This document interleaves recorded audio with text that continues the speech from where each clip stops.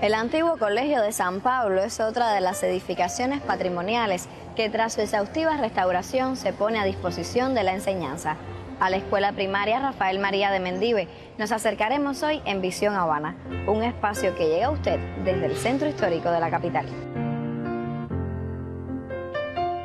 La presencia del apóstol cubano durante su adolescencia en una de las residencias erigidas a ambos lados del Prado habanero motivaron a devolverle al quebrado inmueble los valores arquitectónicos e históricos que poseía en 1865, cuando Rafael María de Mendive lo arrendó para vivir con su familia y fundar el Colegio de San Pablo, en el cual se formó José Martí. Tras casi 3 años de intenso trabajo, ingenieros, obreros y especialistas de la Oficina del Historiador de la ciudad de La Habana le devolvieron el esplendor a la edificación. Destacan su fachada, los techos de madera conservados en la última planta de la edificación, las pinturas murales, la reproducción de sus pisos de mosaicos, así como los arcos originales descubiertos.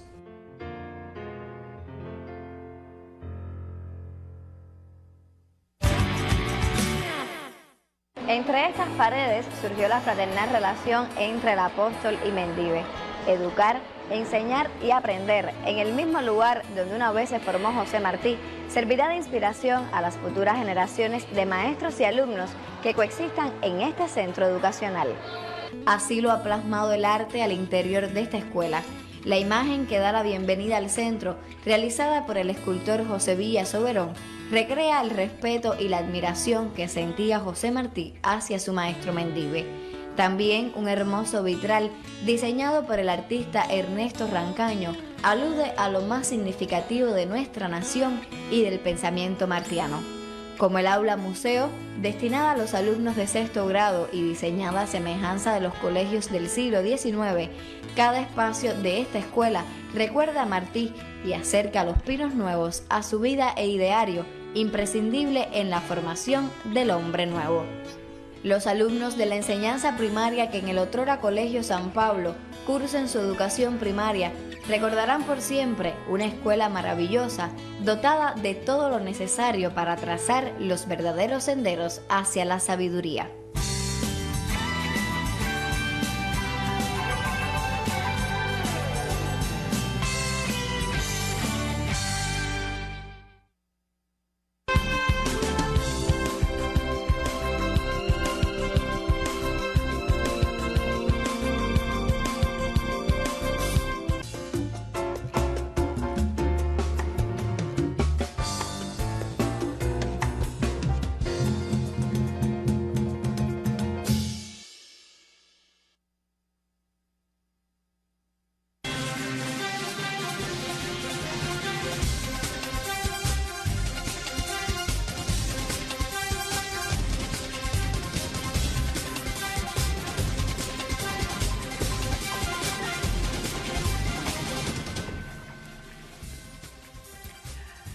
Le doy la bienvenida al resumen semanal de Cuba Visión Internacional. Soy Maurín Delgado y junto a nuestro equipo de trabajo le invito a conocer o redescubrir algunos momentos de la agenda informativa de la última semana en Cuba. Hoy destacaremos los avances de la intervención sanitaria con el candidato vacunal cubano Abdala. Ofreceremos un ejemplo de cómo el bloqueo de Estados Unidos a nuestro país afecta directamente a las personas con problemas auditivos y nos acercaremos a la proyección masónica de José Martí a 126 años de su caída en combate. Estos y otros temas los tendrá en nuestro resumen semanal. Acompáñenos.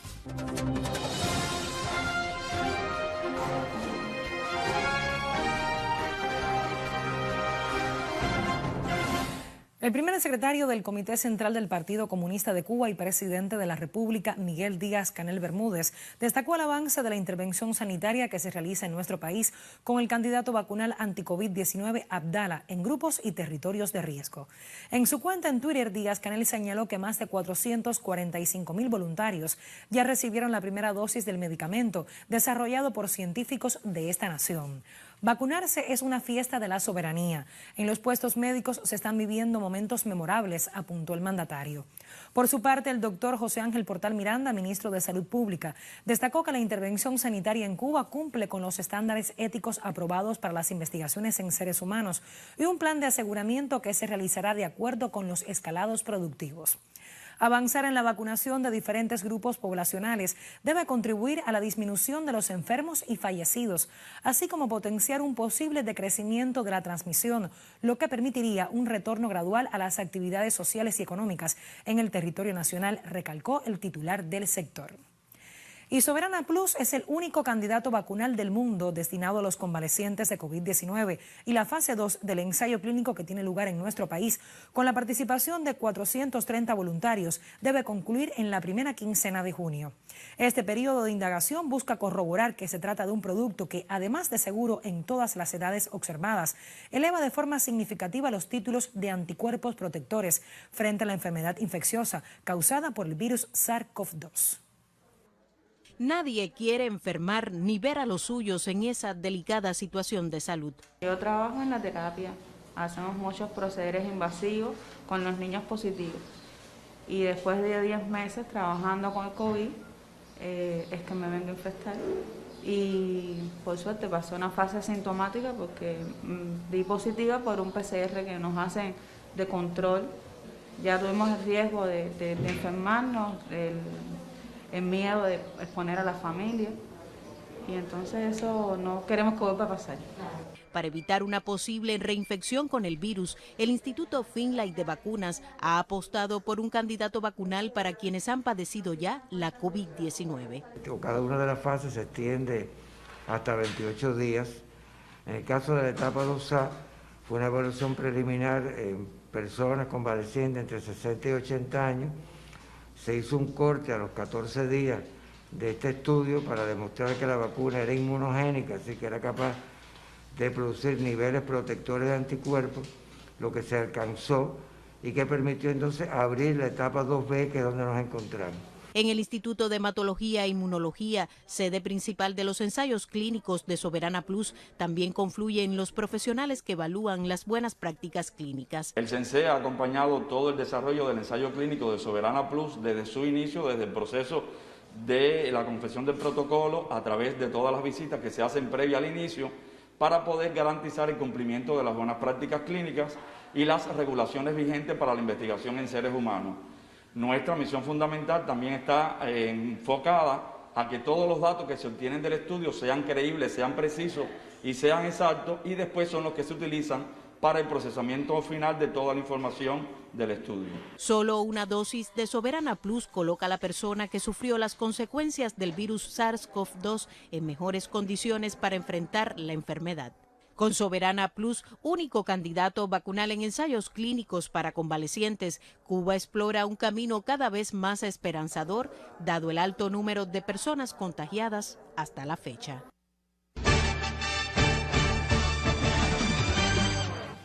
Esta semana Cuba rindió homenaje a José Martí, apóstol de nuestra independencia, a 126 años de su caída en combate en Dos Ríos, en la actual provincia oriental de Granma. El tributo al más universal de los cubanos llegó al cementerio Santa Ifigenia de Santiago de Cuba, donde descansan sus restos. Encabezaron el homenaje ofrendas florales a nombre del general de ejército Raúl Castro Ruz y del primer secretario del Comité Central del partido y presidente de la República de Cuba, Miguel Díaz-Canel Bermúdez. También en la comunidad granmense de Dos Ríos se rindió tributo a Martí. En nombre de todos los cubanos, el héroe nacional recibió el homenaje de las máximas autoridades de la provincia oriental y una representación de pobladores de la comunidad. Los miembros del Buró Político del partido evaluaron los anteproyectos de la nueva ley de los tribunales de justicia, de la ley de procesos administrativos, del Código de Procesos y de la ley del proceso penal. Asimismo, analizaron el proyecto de decreto ley de las infracciones electorales y sus efectos. Estos anteproyectos de leyes obedecen a la disposición transitoria 10ª de la Constitución de la República, que encomendó al Consejo de Gobierno del Tribunal Supremo Popular el ejercicio de la iniciativa legislativa. En cada uno de ellos están preceptos que se desarrollan en nuestra Carta Magna, la cual reforzó de manera notable el régimen de derechos y garantías de las personas, como son, en este caso, el acceso pleno a la justicia y el debido proceso, tanto en el ámbito judicial como administrativo. El compromiso de Cuba con la paz de Colombia está más que demostrado y así seguirá siendo, reafirmó el primer secretario del Comité Central del partido y presidente cubano Miguel Díaz-Canel en su cuenta de Twitter. El mandatario rechazó cualquier intento de vincular a Cuba con la crisis interna en Colombia, a propósito de los intentos por desviar la atención sobre la situación en ese país sudamericano, con argumentos promovidos por la ultraderecha colombiana y la de origen cubano residente en Estados Unidos. El director general de América Latina y el Caribe del Ministerio de Relaciones Exteriores, Eugenio Martínez Enríquez, aseveró que se trata de maniobras para esconder las verdaderas causas de las protestas contra el gobierno de Iván Duque. El diplomático afirmó que las acusaciones contra Cuba buscan justificar el recrudecimiento del bloqueo de Estados Unidos, rechazado por la comunidad internacional. Cuba no interviene en asuntos internos de Colombia, sentenció. El Ministerio de Relaciones Exteriores de Cuba condenó la criminal agresión israelí contra el pueblo palestino y expresó en una declaración su enérgica condena al asalto a la mezquita de Al-Aqsa en Jerusalén ocupado y los bombardeos indiscriminados contra la población palestina en la Franja de Gaza por parte de las fuerzas militares israelíes, que han provocado más de un centenar de muertos y la destrucción de infraestructuras y cuantiosos daños materiales. Desde su cuenta en la red social Twitter, el canciller Bruno Rodríguez Parrilla condenó la destrucción de las sedes de medios de prensa internacionales en Gaza. Cuba reafirmó que estas agresiones constituyen otra grave y flagrante violación de la Carta de las Naciones Unidas y el derecho internacional, así como del derecho internacional humanitario por parte de Israel, e hizo un llamado a todos los estados, las Naciones Unidas y en particular a su Consejo de Seguridad a exigir el cese inmediato de la agresión israelí.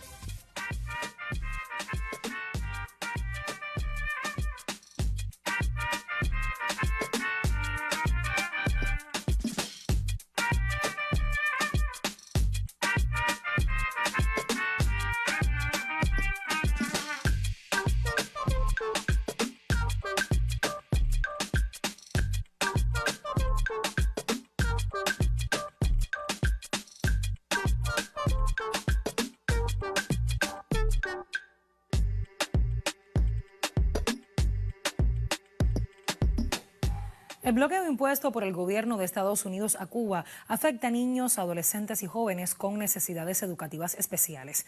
En el caso de aquellos con discapacidad auditiva, se dificulta la adquisición de las baterías que emplean sus prótesis auditivas. Ante esta realidad, los docentes deben emplear alternativas para garantizar su aprendizaje.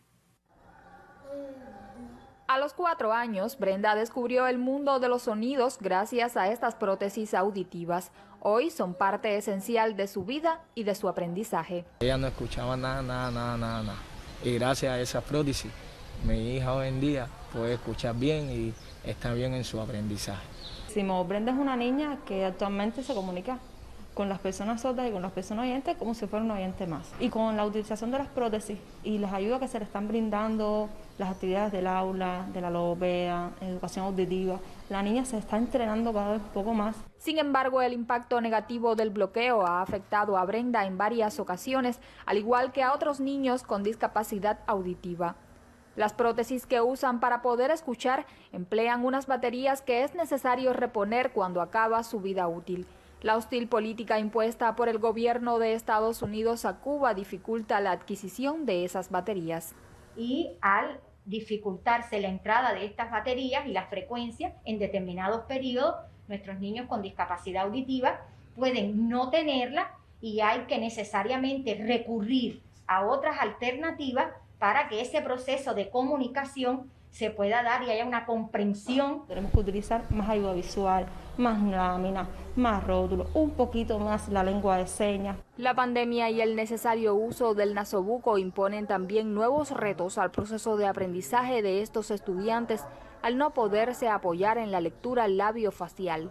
La presencia de intérpretes de la lengua de señas en cada teleclase y el seguimiento que dan los docentes a sus alumnos contribuyen a que sigan recibiendo los contenidos. Nos dejan tarea para nosotros los padres apoyarlos y estudiar junto con ellos. Hoy esta pequeña de apenas 10 años continúa su aprendizaje porque hay esencias que el inhumano bloqueo y la cruel pandemia jamás podrán opacar. El amor y la dedicación de quienes la rodean para que Brenda sonría feliz ante la vida.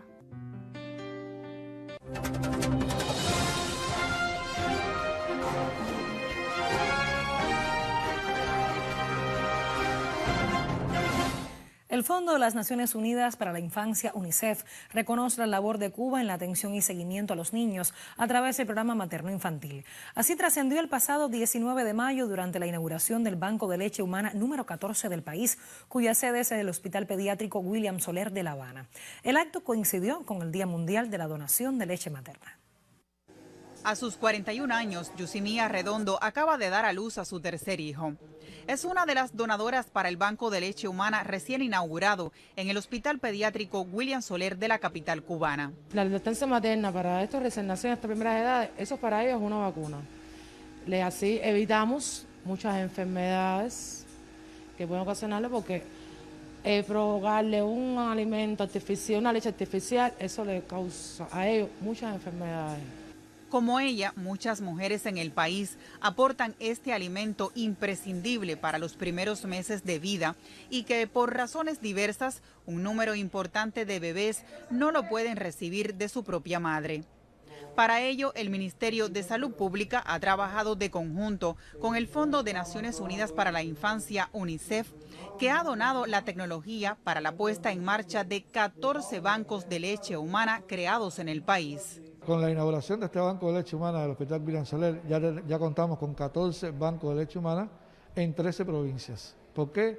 Porque La Habana cuenta con 2. Es decir, uno en el Hospital Materno Infantil 10 de octubre y el otro aquí en el William Soler. Siempre manteniendo la premisa de que son niños que por determinada razón su mamá no los puede lactar o no le puede brindar su leche.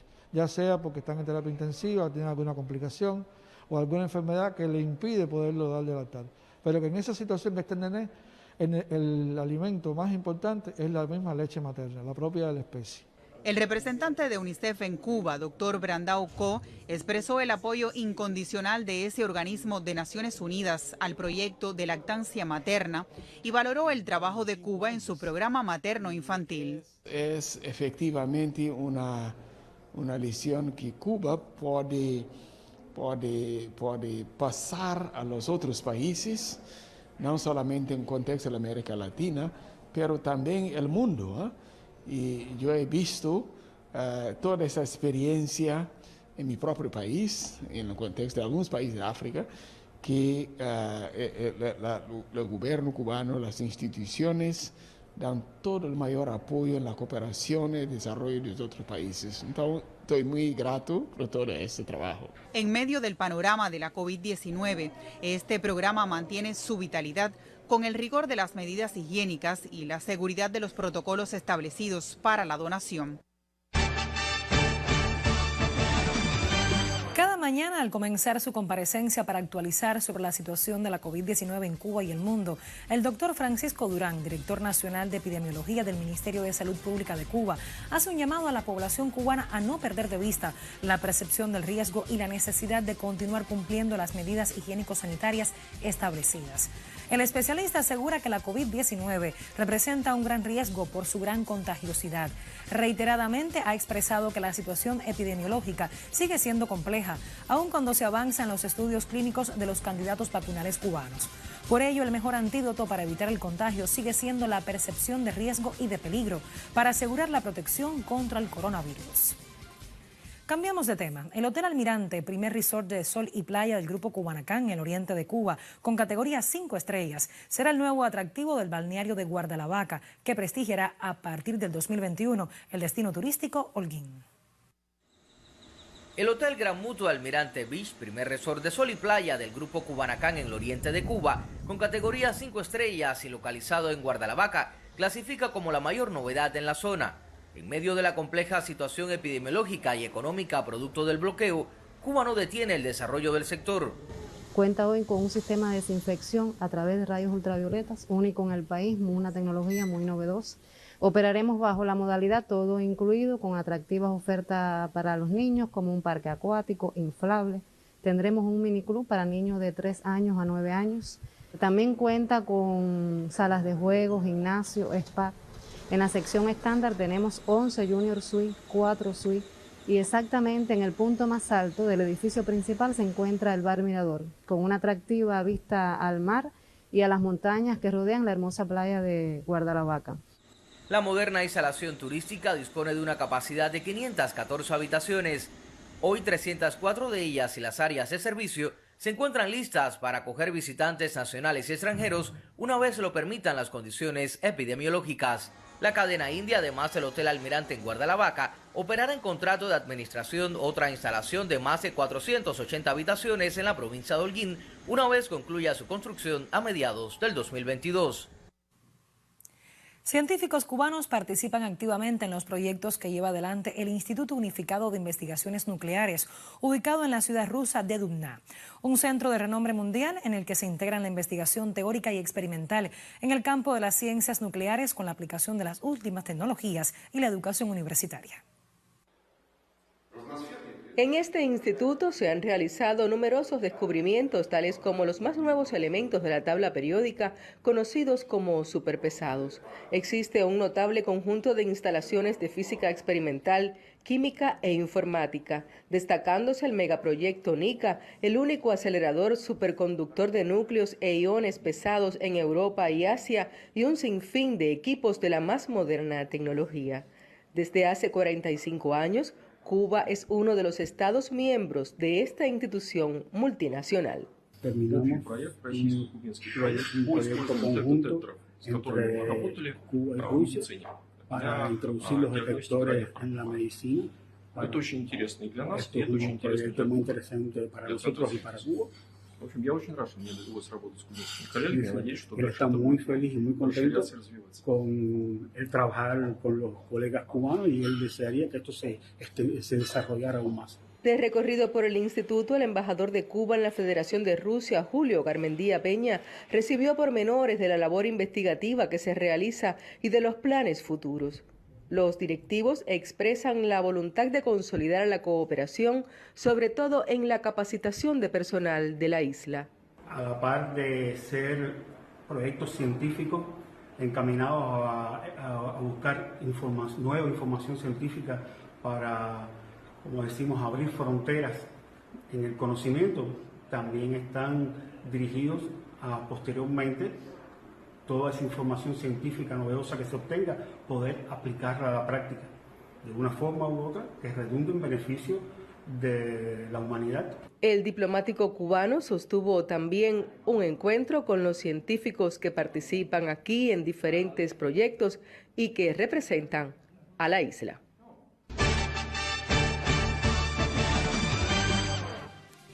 El primer secretario del Comité Central del Partido Comunista de Cuba y presidente de la República, Miguel Díaz-Canel Bermúdez, encabezó el acto nacional de imposición de condecoraciones estatales en saludo al aniversario 60 de la constitución de la Asociación Nacional de Agricultores Pequeños, ANAP.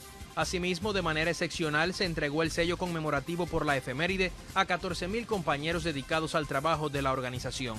Durante el acto nacional por los 60 años de la ANAP, los campesinos cubanos ratificaron su compromiso con la revolución y su voluntad de enfrentar los grandes desafíos del presente, incrementando el aporte a la alimentación del pueblo y la economía del país. El miembro del Parlamento británico Graham Morris envió una carta al presidente de Estados Unidos Joe Biden para solicitar un cambio en la política de Washington hacia Cuba. El funcionario expresó su apoyo a estimular el diálogo y la cooperación en beneficio de ambos pueblos. Añadió que hay razones humanitarias y prácticas para que Estados Unidos trabaje en busca de relaciones bilaterales con Cuba, especialmente en momentos en que el mundo trata de reconstruirse tras la pandemia. Desde el Parlamento británico llegaron otras muestras de solidaridad. La baronesa Pauline Bryan dijo que Cuba es un ejemplo de cómo la innovación puede ser impulsada para algo más que el lucro. La integrante de la Cámara de los Lores del Reino Unido destacó que la mayor de las Antillas es líder mundial en la transferencia de tecnología sur-sur, que ayuda a los países de bajos ingresos a desarrollar capacidades biotecnológicas, brinda capacitación técnica y facilita el acceso a medicamentos que salvan vidas. Un grupo de 20 colaboradores cubanos del contingente Henry Reef, de un total de 184, arribó esta semana a La Habana proveniente de Sudáfrica, donde contribuyeron a combatir la COVID-19 desde abril del pasado año. A su llegada a la Terminal 5 del Aeropuerto Internacional José Martí, les dio la bienvenida de manera virtual Miguel Díaz-Canel Bermúdez, presidente cubano. Los galenos afirmaron traer consigo el agradecimiento de los pacientes y de un pueblo que los acogió desde el primer momento y con el cual compartieron la preparación del sistema de salud cubano para poder actuar frente a emergencias de este tipo. La 24ª Feria Internacional de la Música Cubadisco 2020-2021 se ha desarrollado esta semana en Cuba con más de 370 obras en concurso y España como país invitado de honor. Jorge Gómez, presidente de Cubadisco, ponderó que es la primera vez que el público pudo votar de manera electrónica junto a la prensa cultural especializada. El comité del premio decidió otorgar el premio de honor al destacado intérprete español Rafael, un gran ícono de la música española y del mundo. Asimismo, tuvo lugar el Simposio Internacional Cubadisco, marco de análisis sobre el progreso de la industria musical cubana. René Baños, presidente del comité organizador, explicó que la producción discográfica ha sido récord en los 2 últimos años. Se otorgaron 51 premios y se anunció la entrega de un premio extraordinario a la orquesta Los Bam Bam por su aniversario 50, el cual fue recibido por Samuel Formel, líder de la agrupación y continuador del legado de su padre, Juan Formel. José Martí fue, además de un gran pensador, un ilustre miembro de la fraternidad masónica. Algunas de sus más valiosas pertenencias relacionadas con esa faceta de su vida se conservan en el Museo Nacional Masónico de la Gran Logia de Cuba. Vamos a conocer esta historia que nos acerca aún más a la figura del apóstol cubano a 126 años de su caída en combate. El Museo Nacional Masónico Aurelio Miranda Álvarez guarda en su interior las joyas y atributos masónicos pertenecientes al apóstol José Martí. El recinto, ubicado dentro de la Gran Logia de Cuba, tiene además dentro de su colección más preciada una serie de artículos que refrendan la membresía masónica del apóstol. Los atributos masónicos que preservamos acá en el Museo Nacional Masónico son el mandil del grado 18 de Martí, la joya de maestro masón y por supuesto también tenemos acá un collarín o joya de los grados 30 o soberano príncipe Rosacruz del rito escocés antiguo y aceptado. Quizás una inquietud muy manifestada es cómo estas joyas llegaron a... Tendríamos que remontarnos al año 1924, un día como el señalado o aniversario, por el aniversario de la muerte del maestro, un 19 de mayo de 1924, en el Parque Central, la viuda de su amigo del alma y su mejor amigo, el doctor Fermín Valdés Domínguez, hizo entrega al gran maestro de la Gran Logia de Cuba en aquel momento y a hermanos de la logia fe masónica de los atributos ya referidos. Para los masones cubanos es un honor contar con un miembro tan ilustre, un patriota capaz de unir, cimentar y fundar. El solo hecho de que este museo tenga objetos que fueran de su pertenencia hace aún más grande el sentimiento por un hombre que vio en la patria un ara y no un pedestal. Tener entre nuestros más preciados bienes, como suelo llamar, entre las joyas de la corona, los atributos que pertenecieron a Martí, solo el saber que ese grande cubano que fue José Julián Martí Pérez, en algún momento siquiera al menos las tuvo en su mano, cuando no las usó en algún ceremonial masónico, podrá imaginarse que para nosotros sería un placer inigualable poder contar con esas joyas aquí y no queda duda de que Martí fue un masón verdaderamente de convicción, como lo fueron muchos de los otros próceres que en la historia de Cuba han tenido una gran preponderancia.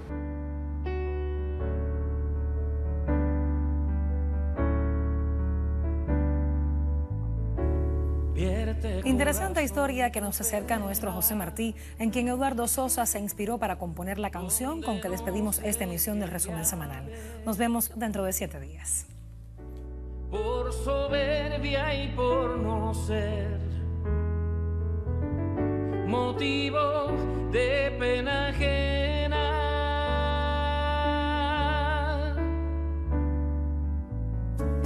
yo te quiero ver su amigo, porque cuando siento el pecho ya muy cargado y deshecho, parto la carga contigo, tú porque yo pueda en calma amar y hacer bien conscientes en enturbiar tus corrientes con cuanto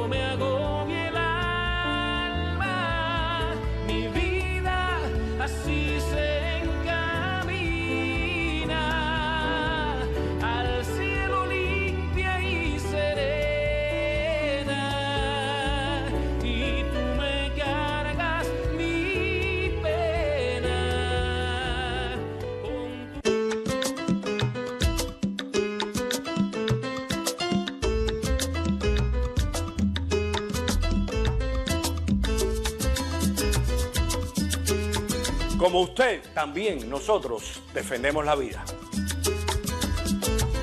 Únase. Cubavisión Deportes sigue al aire. Por Cubavisión Internacional.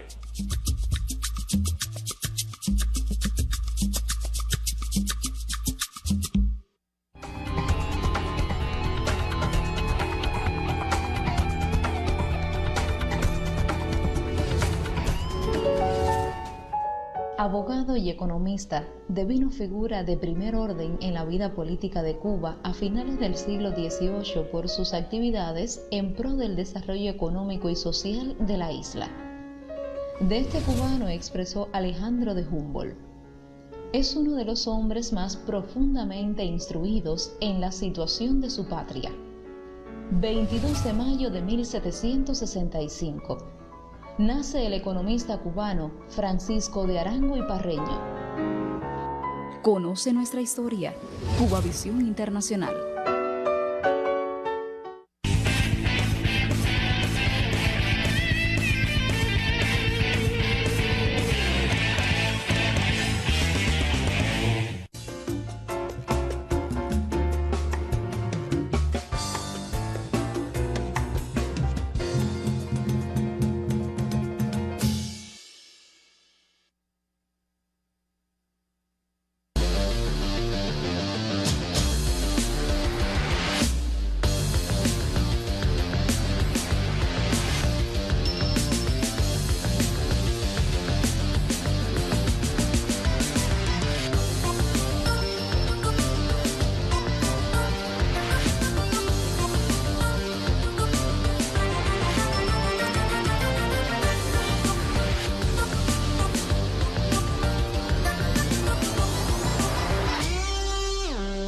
Hola, ¿qué tal? Bienvenido a otra emisión de Cubavisión Deportes a través de Cubavisión Internacional. Como siempre, sea bienvenido a nuestra revista de fin de semana, que ya estamos comenzando con canotaje a propósito de la participación de nuestros 5 clasificados olímpicos este fin de semana en la segunda parada de la Copa del Mundo en Banaul, Rusia. Después de lograr excelentes resultados en la primera Copa del Mundo en Hungría, los canoístas cubanos tendrán una segunda parada en Rusia este fin de semana, como parte de la preparación hacia los Juegos Olímpicos de Tokio. Mantenerse en las principales competiciones de la modalidad es primordial en este último tramo para la evaluación del rendimiento personal, además de lo referido al estudio y análisis de los rivales, como explica el campeón panamericano Sergei Torres.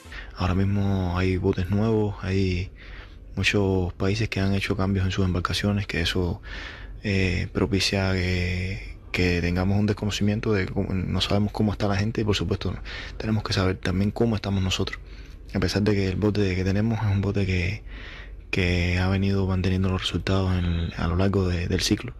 Creo que me atrevería a decir que es el bote que más estable se ha mantenido a lo largo de todos estos años. La base de entrenamiento en Europa, específicamente en la ciudad polaca de Bydgoszcz, de conjunto con las Copas del Mundo, constituyen experiencias fundamentales en la preparación de los atletas cubanos. Muy importante para nosotros también cuando venimos acá con tiempo de antelación, porque ya de paso, como te decía, nos adaptamos al horario principalmente, que es una de las cosas que más pueden incidir en un buen resultado en los eventos. Es parte de la preparación. Competir en este momento y a seguir la preparación hasta los Juegos Olímpicos, que nos mantendremos entrenando todo el tiempo acá en Bydgoszcz, en Polonia. El canotaje cubano, con el liderazgo de la dupla de Sergei Torres y Fernando Dayan Jorge, representa una de las principales aspiraciones de la delegación cubana en la cita bajo los 5 aros.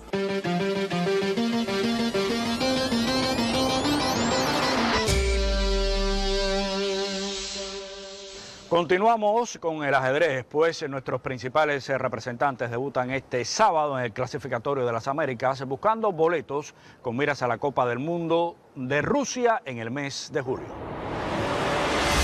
En busca de los boletos hacia la Copa Mundial de Ajedrez en la ciudad rusa de Sochi en julio, 15 ajedrecistas cubanos intervendrán en el clasificatorio de las Américas, con cita entre el 22 y el 29 de